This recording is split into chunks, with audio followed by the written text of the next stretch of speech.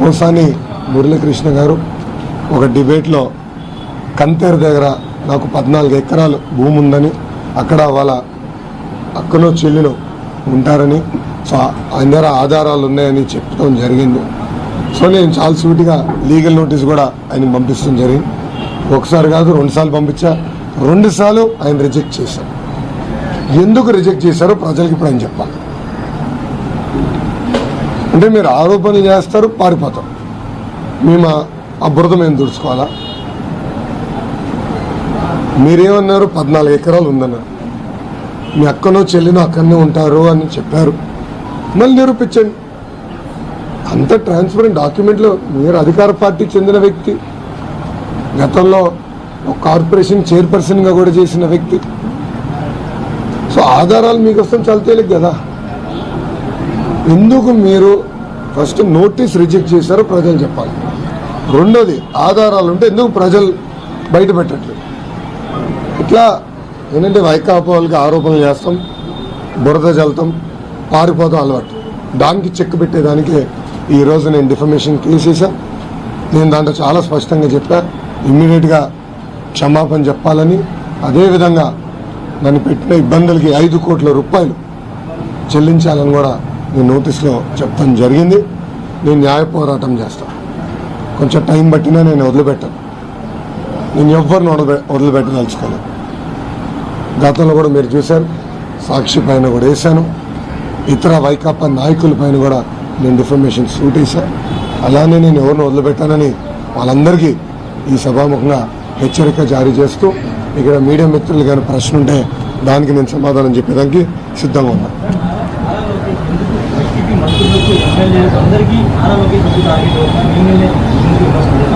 అదే నారా లోకేష్ని చూస్తే జగన్కి భయం. నేను ప్రత్యక్ష రాజకీయాల్లోకి రాకుండా ముందల్నే నేను అమెరికాలో చదివిన చదువులకి ఎవరో డబ్బులు కట్టారని, ఎవరో డొనేషన్ కడితే నాకు సీట్లు వచ్చినాయని చెప్పారు అన్నాడు. నేను కార్నెగీ మెల్లన్ యూనివర్సిటీలో బ్యాచిలర్స్ చేశాను. దాని తర్వాత స్టాన్ఫర్డ్లో MBA చేశాను. అక్కడ వాళ్ళ ఆనాడు శాసనసభ సాక్షిగా, ఉమ్మడి ఆంధ్రప్రదేశ్ శాసనసభ సాక్షిగా నా పైన ఆరోపణ చేశారు. అంటే కష్టపడి చదివింది కూడా ఎవడో రికమెండ్ చేస్తే, ఎవడో డబ్బులు కడితే వచ్చిందని చెప్పే పరిస్థితికి వచ్చారు. ఆనాడు చంద్రబాబు నాయుడు గారు ఆధారాలతో సహా బయటపెట్టారు. శాసనసభ సాక్షి ఆధారాలతో సహా, దెర్ ఆల్ అసెంబ్లీ రికార్డ్స్ పెట్టారు. దాని తర్వాత నాకేదో ఇంకో భార్య ఉందని, ఒక కొడుకుందని ఆరోపణ చేశారు. అంటే వ్యక్తిగతంగా ఆరోపణ చేశారు. ఇది రాజకీయాల్లోకి రాకుండా ముందు. రాజకీయాల్లోకి వచ్చిన చేసిన ఆరోపణలను నేను చదివి చెప్పాను. అంటే జగన్కి లోకేష్ చూస్తే భయం అండి. అందుకే ఈ వైకాపా కుక్కలన్నీ నా పైన అరవమని చెప్తున్నాను, ఆదేశాలు జారీ చేసుకున్నాను. అందుకే ఆ కుక్కలందరికీ చెక్ పెట్టాలని నేను నిర్ణయించుకున్నాను. అందుకే నేను కోర్టును ఆశ్రయిస్తాం జరిగింది.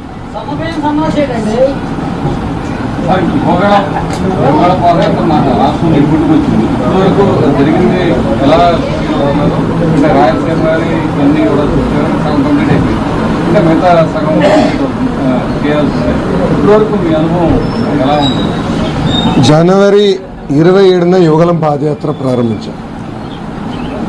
ఆనాడు లోకేష్కి దాదాపు 6 నెలల తర్వాత ఇప్పుడున్న లోకేష్కి చాలా డిఫరెన్స్ వచ్చింది. అంటే ప్రజల సమస్యల్ని నేరుగా తెలుసుకునేదానికి మంచి అవకాశం దొరికింది. అదేవిధంగా రేపు తెలుగుదేశం పార్టీ అధికారంలోకి వచ్చిన తర్వాత ఏం చేయాలో నాకు చాలా స్పష్టంగా అర్థమైంది. So definitely I'm change person. ప్రజల సమస్యలు నాకు ఇప్పుడు బాగా అవగాహన వచ్చింది. అదేవిధంగా ప్రాంతాల వారిగా, అంటే ఇప్పుడు నంద్యాల పార్లమెంట్కి కర్నూలు పార్లమెంట్కి ఉన్న తేడా ఏంటో నాకు అర్థమైంది. అంటే కర్నూలు పార్లమెంట్లో ఇరిగేషన్ ప్రాజెక్ట్ లేక అక్కడ రైతులు పడుతున్న కష్టాలు నేను స్వయంగా చూశాను. వలసలుగా ప్రజలు తరలితో నేను కళ్ళారా చూశాను. అదేవిధంగా వెస్టర్న్ గుంటూరు కానీ వెస్టర్న్ ప్రకాశం జిల్లాలో కూడా అక్కడ ప్రజలు పడుతున్న కష్టాలు నాకు అర్థమైంది. సరే, తెలుగుదేశం పార్టీ అధికారంలోకి వచ్చిన తర్వాత ఎక్కడ ప్రయారిటీ పెట్టాలి, ఎక్కడ ప్రాజెక్టులు పూర్తి చేయాలి అనేది నాకు చాలా స్పష్టంగా అర్థమైంది. తప్పనిసరిగా రేపు అధికారంలోకి వచ్చిన తర్వాత నేను ఇచ్చిన హామీలన్నీ యుద్ధ ప్రాతిపదికంగా పూర్తి చేస్తాను.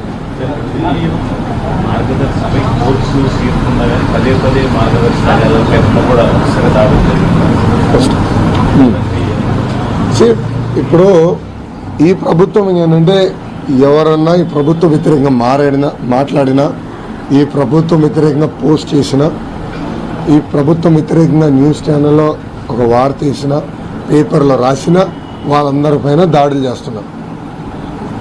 దాంట్లో భాగంగా మార్గదర్శి పైన కూడా దాడి జరిగింది. మార్గదర్శి స్థాపించి 62 సంవత్సరాలు. ఏనాడు వాళ్ళు తప్పు చేయలేదు, ఏ ఒక్క డిపాజిటర్ కంప్లైంట్ చేయలేదు.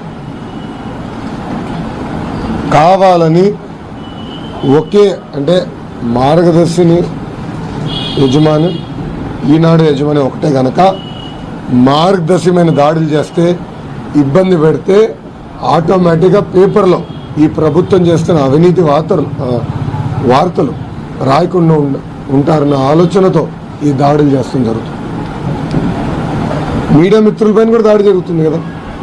కొన్ని న్యూస్ ఛానల్స్ TV5, ABN అసలు కేబుల్ నెట్వర్క్లో రాకుండా చేస్తున్నారు కదా. ఎందుకు? ఈ ప్రభుత్వం వ్యతిరేకంగా వాళ్ళు వార్తలు వేస్తున్నారు కనుక. అంతే.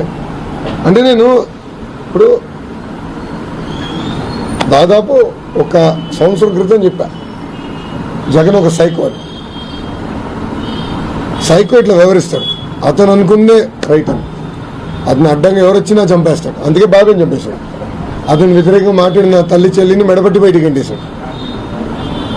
అతను ప్రభుత్వం వ్యతిరేకంగా వార్తలు ఇస్తున్న పేపర్లు కానివ్వండి, రాస్తున్న పేపర్లు కానివ్వండి, ప్రచారం చేస్తున్న మీడియా మిత్రులపైన అందరిపైన దాడులు జరుగుతుంది.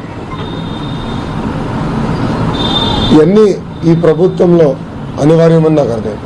దీనివల్లనే ఆంధ్ర రాష్ట్రంలో పెట్టుబడులు రావట్లేదు. అమర్రాజా బ్యాటరీని ఇట్లనే మెడబట్టి బయటికి గంటేశారు. మార్గదర్శి పైన రేడ్లు చేస్తారు. హెరిటేజ్ పైన కూడా అనేక ఆరోపణలు చేశారు. ఏ ఒక ఆరోపణ నిరూపించలేకపోయారు. ఏకంగా మా కంపెనీలో పనిచేస్తున్న వాళ్ళు కూడా CID ఆఫీస్ పిలిపించుకుని విచారణ చేసి ఏమి లేదని తేల్చేశారు. సో అందరిపైన ఆరోపణలు చేస్తాం, వాస్తవాల పైన ఇబ్బంది పెడతాం అనేది వాళ్ళు నేర్చుకున్నారు. దీనివల్లనే ఈరోజు ఆంధ్ర రాష్ట్రంలో పెట్టుబడులు పెట్టడం ఎవ్వరు ముందరికి రావట్లేదు. ఇలాంటి నిర్ణయాల వల్లనే ఈరోజు నిరుద్యోగ యువకులకి ఆంధ్ర రాష్ట్రంలో ఉపాధి ఉద్యోగాలు దొరకని పరిస్థితి చూస్తున్నాం. మన ఒక్క నిమిషం